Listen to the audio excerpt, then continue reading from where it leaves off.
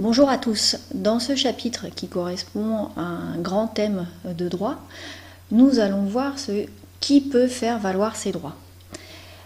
Alors, seule une personne juridique peut faire valoir ses droits. Et nous allons distinguer donc qui sont ces personnes juridiques. Il y a deux grandes catégories, les personnes physiques et les personnes morales. Donc ça, c'est des notions que nous avons déjà vues en début d'année, mais dans ce chapitre, nous allons détailler un petit peu plus et caractériser chacune de ces personnalités juridiques. Donc ces personnalités juridiques, elles sont donc sujets aux droits et elles ont des droits et des obligations. Là aussi, nous allons le voir un petit peu plus en détail. Première personnalité juridique que nous allons voir, les personnes physiques. Il s'agit des êtres humains, des individus. Donc cette personnalité juridique débute à la naissance. On matérialise cette personnalité juridique par l'acte de naissance qui est établi par un officier d'état civil. Cette même personnalité juridique disparaît lors du décès de cette personne qui, donc au moment du décès, ceci est matérialisé juridiquement par l'acte de décès qui est établi par une mairie. Voilà pour la première personnalité juridique.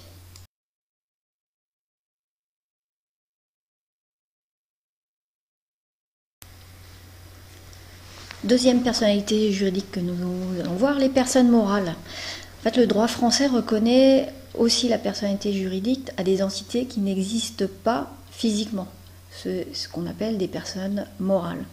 Donc ces personnes morales, ça peut être une entreprise, une association.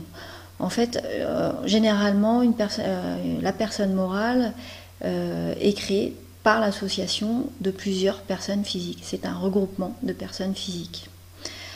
En général, une personne morale existe à partir de sa création.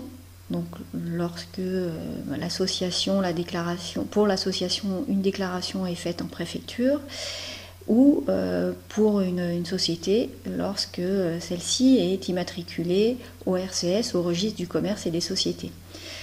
Donc elle existe depuis sa création jusqu'à son décès, qui lui correspond soit à une dissolution, soit à une liquidation de cette entité. Une personne morale ne dispose pas, ne peut exercer par elle-même les éléments de sa capacité juridique. Elle est donc représentée par une personne physique agissant en son nom.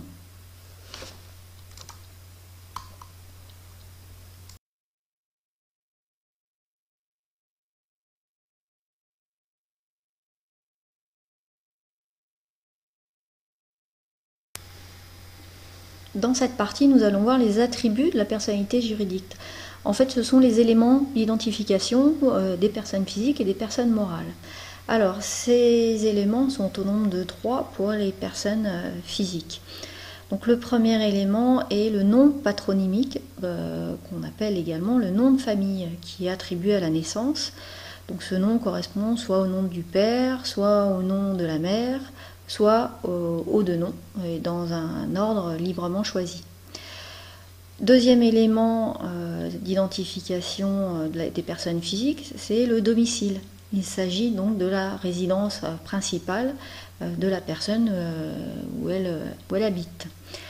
Troisième élément d'identification, sa nationalité. Il s'agit donc du lien juridique de rattachement avec un État.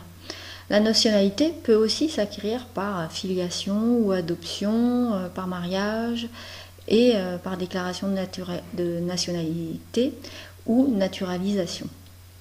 Voilà donc les 3 éléments pour les personnes physiques. Les personnes morales, il y a également 3 éléments d'identification.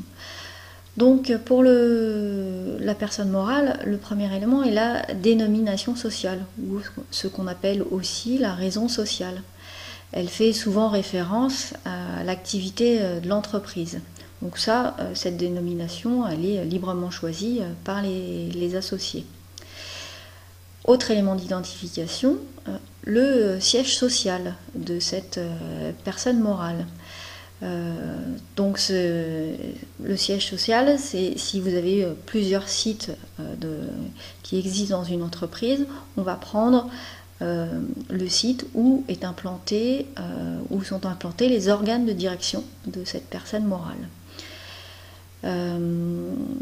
Troisième élément d'identification, la nationalité de cette personne morale. Là aussi, on prend la nationalité du lieu d'implantation du siège social, donc élément qu'on a vu précédemment.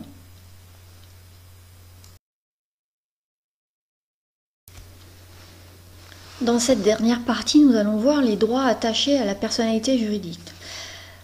Alors, il y a plusieurs droits et obligations pour une personnalité juridique.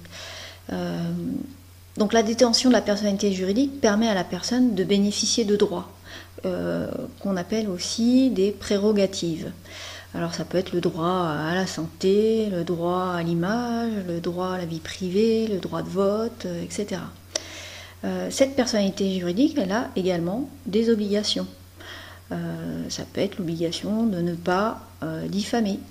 Ça peut être l'obligation de faire, suite à une prestation, suite à un contrat de travail, une prestation qui doit être effectuée dans un contrat de travail.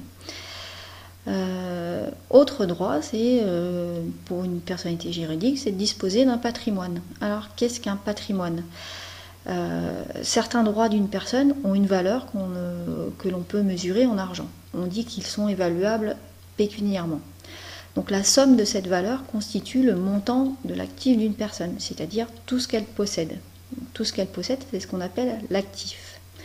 Cette même personne peut également avoir des dettes envers d'autres personnes, également évaluables en argent. Ces dettes, donc ce qu'elle doit, c'est ce qui constitue le passif de cette personne. Donc l'actif et le passif d'une personne, qu'elle soit morale ou physique, sont les deux composantes de son patrimoine. Et toute personne, encore une fois, physique ou morale, a obligatoirement un patrimoine et n'en a qu'un seul.